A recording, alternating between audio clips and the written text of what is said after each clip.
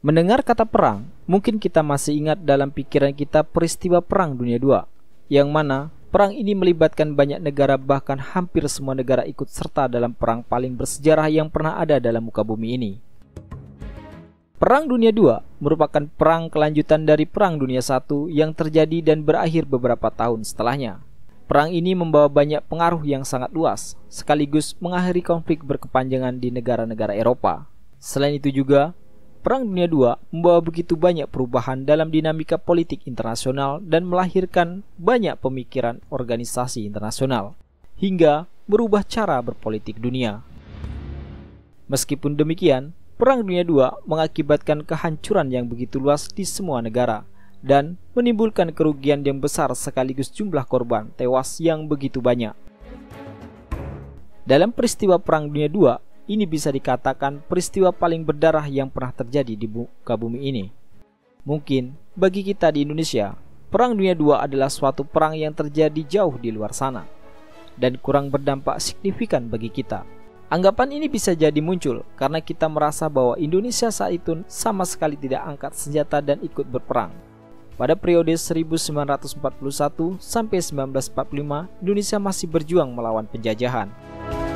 Jika kita sedikit mengingat pada masa-masa sekolah kita dulu, saat kita belajar sejarah di kelas atau buku-buku sejarah pada masa sekolah, mungkin kita akan ingat beberapa kata kunci terkait Perang Dunia II. Mungkin yang sering kita ingat pada masa sekolah yaitu terjadinya bom atom di Hiroshima dan Nagasaki, dan mungkin juga Nazi Jerman, atau peristiwa Pearl Harbor, dan kisah pembebasan kota-kota di Prancis yang begitu hebatnya. Namun, ketika bicara soal kapan dan bagaimana sebenarnya akhir dari Perang Dunia II, apakah kita masih ingat? Atau apa sebenarnya yang menjadi titik berakhirnya Perang Dunia II? Jika kita pikir bahwa Perang Dunia II berakhir setelah Jepang dibom oleh Amerika Serikat, maka kita salah. Perang Dunia II berakhir setelah Nazi Jerman menandatangani dokumen kapitulasi pada 8 Mei 1945, yang resmi berlaku per tanggal 9 Mei. Kepada siapa Nazi menyerah? Apakah kita juga berpikir Nazi menyerah pada Inggris atau Amerika Serikat? Tentu saja itu jawabannya bukan. Nazi menyerah kepada Uni Soviet. Meskipun kemenangan diraih berkat upaya banyak negara, Uni Sovietlah yang menaklukkan tentara Nazi Jerman. Selama masa Perang Dunia II, Nazi Jerman tidak hanya menggempur Uni Soviet, tapi sebagian besar dataran Eropa. Namun, Nazi baru menemukan lawan yang seimbang ketika berhadapan dengan sang beruang Uni Soviet. Bagaimana jika dulu Uni Soviet tidak berhasil mengalahkan Nazi Jerman? Bisa dipastikan, dunia khususnya Eropa tidak akan seperti sekarang ini. Ketika Uni Soviet berhasil mengalahkan Nazi, Soviet tidak hanya membebaskan negaranya dari serangan pasukan Jerman, tetapi juga membebaskan Eropa yang saat itu dikuasai oleh Jerman. Dalam masa perang Soviet dan Nazi, Uni Soviet berhasil melenyapkan lebih dari 74% tentara Jerman dalam pertempuran, atau sekitar 10 juta tentara dari 13,4 juta tentara. Tentara Merah Uni Soviet mengalahkan dan menangkap 607 divisi musuh sepanjang 1941 sampai 1945. Jauh lebih banyak dibandingkan 176 divisi yang dihancurkan pasukan Inggris dan Amerika Serikat jika digabungkan.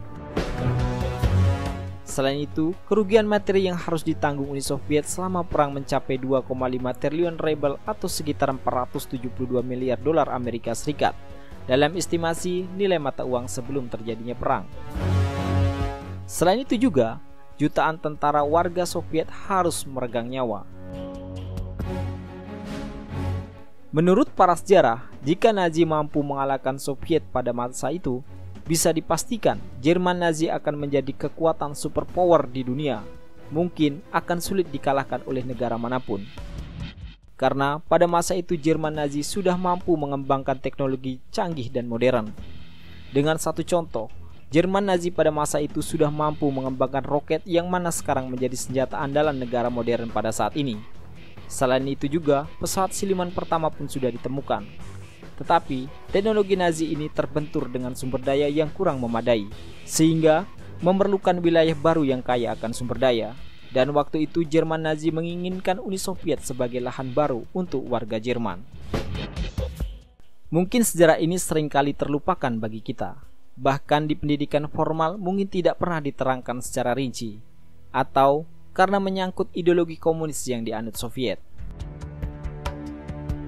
Bagi Indonesia, Rusia atau Uni Soviet kala itu memang punya kesan tersendiri bagi negara ini. Soviet pernah menjadi sahabat dekat, tapi sekaligus dianggap sebagai negara yang masuk dalam daftar hitam karena ideologi yang dianut negara tersebut. Memang, negara kita memiliki masa lalu yang kelam dengan komunis. Bagi rakyat Rusia yang pernah mengalami era kepemimpinan komunis Uni Soviet, masa-masa tersebut pun memiliki kesan yang cukup rumit. Vladimir Putin, Presiden Rusia, pernah berkata bahwa siapapun yang tidak merindukan Uni Soviet tidak punya perasaan. Namun, siapapun yang ingin kembali pada masa Soviet atau pada sistem pemerintahan Uni Soviet tidaklah punya otak. Mungkin kita tahu apa makna yang pernah disampaikan Presiden Rusia itu tentang Soviet. Bagaimana menurut Anda? Apakah benar dunia berhutang budi pada Soviet? Ataukah memang negara baratlah yang memenangkan Perang Dunia II itu?